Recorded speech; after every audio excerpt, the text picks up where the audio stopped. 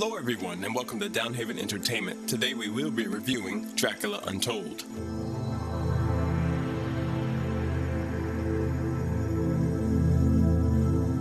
So, Universal is jumping on the bandwagon with their own Avengers-type team-up universe. How lame. I'm already hating the idea of shared universe movies, not because of the trend, but the laziness of the studios having the mindset that shared universes equals success. No. Great ideas and storytelling equal success. And with this mentality, studios will decide to crush creativity in favor for gimmicks. This movie is the perfect example of that. But anyway, let's get into the movie. The movie stars Luke Evans as Vlad the Impaler. This guy is one of the few elements that kept this movie from failing miserably. This guy looked the part of this newly reimagined warrior-type Dracula, and I have no problem with Dracula being more warrior-based instead of a high-class, enchanting, suave Dracula. This guy was awesome in this role. Superb job. Sarah Gordon. She's there. Most of her scenes is just her worrying. Her acting wasn't bad or anything. It's just she doesn't have much to do in this movie. She's just a plot point in this flick. Dominic Cooper as Methhead. No, that's not how you say it. Mehmed? No. Methhead? No, you are saying it wrong, you incompetent piece of steel. Meathead? No. Meathead.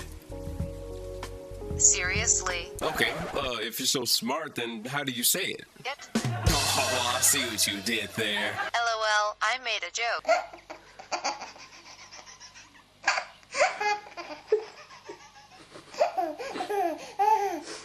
Thank you. Okay, it wasn't that funny. Shut up, baby. Yeah, but Dominic Cooper was just a generic bad guy. Nothing special, nothing awful, he's just there. Charles Dance. He was okay. He got the job done. I just wish they explored this character a bit more. He just kind of shows up and that's it. But he did a pretty good job in playing a vampire. Now, let's talk about what worked for the movie. The visuals in this movie are beautiful, very creative. Some of the scenes made my eye sockets leak.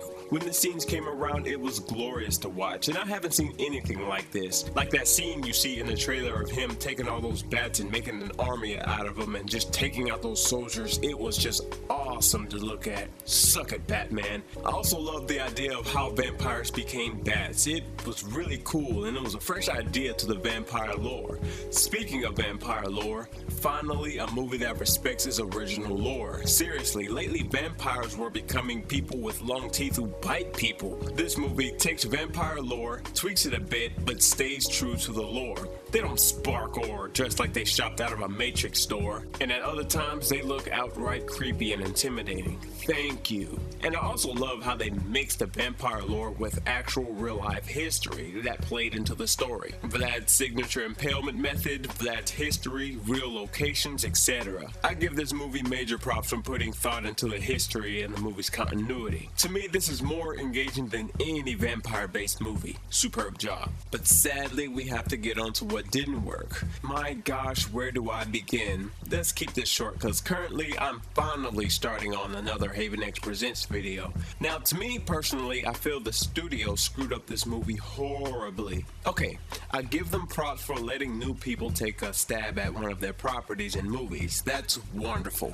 But it feels as if these new people had no control on how this movie would play out. It feels like the studio is constantly over them saying, okay, the runtime needs to be this long.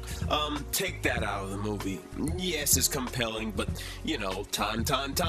Cut it out. Remember, this movie is PG-13. Don't go too dark. Our hero is the hero after all, and he has to appeal to the kids and the adults. And also remember, this is going to start off the shared universe with other monsters. So wrap up your origin story so we can get on with what we're wanting to do. This movie is plagued by studio decisions in this flick, and it's obvious. With a movie with so many new and refreshing ideas, with so much devoted to the respect of the vampire lore and actual history, I really doubt the blaming of cliches and facepalm-worthy moments had much to do with the directing and writing, and that's too bad. But Yeah, there are a few things wrong with the writing and the directing. For example, there was a scene where the leader of the Turkish soldiers handicapped their men before battle, thinking they had a chance if they did this. Seriously?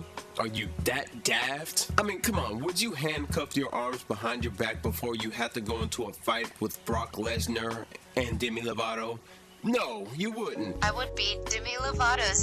Oh, and that ending, that god-awful ending. Yeah, just throw away everything that was built up in the movie. All the ideas, the thoughtful locations, all the history, the detail of the vampire lore. Screw that. This is the real direction that we are going. Yes, just throw all of that out in the last 5 minutes so the movie that we just watched was an hour-long prologue. Screw it, why not throw reincarnation in there? People love that. Heck, let's put a vampire in a black trench coat. Let's get cliche in this piece. Overall, a huge missed opportunity. This movie has some of the most lovable new ideas, but the studio cramps its style. Dracula is called a monster.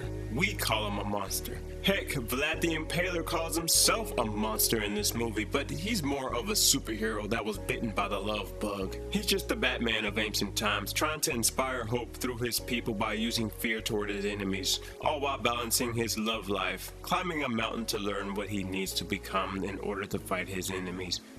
Oh God. Let's just call this Dracula Begins and call it a night. So after seeing this movie, I had to give this movie a solid. Take it away, Pablo Francisco. Sí.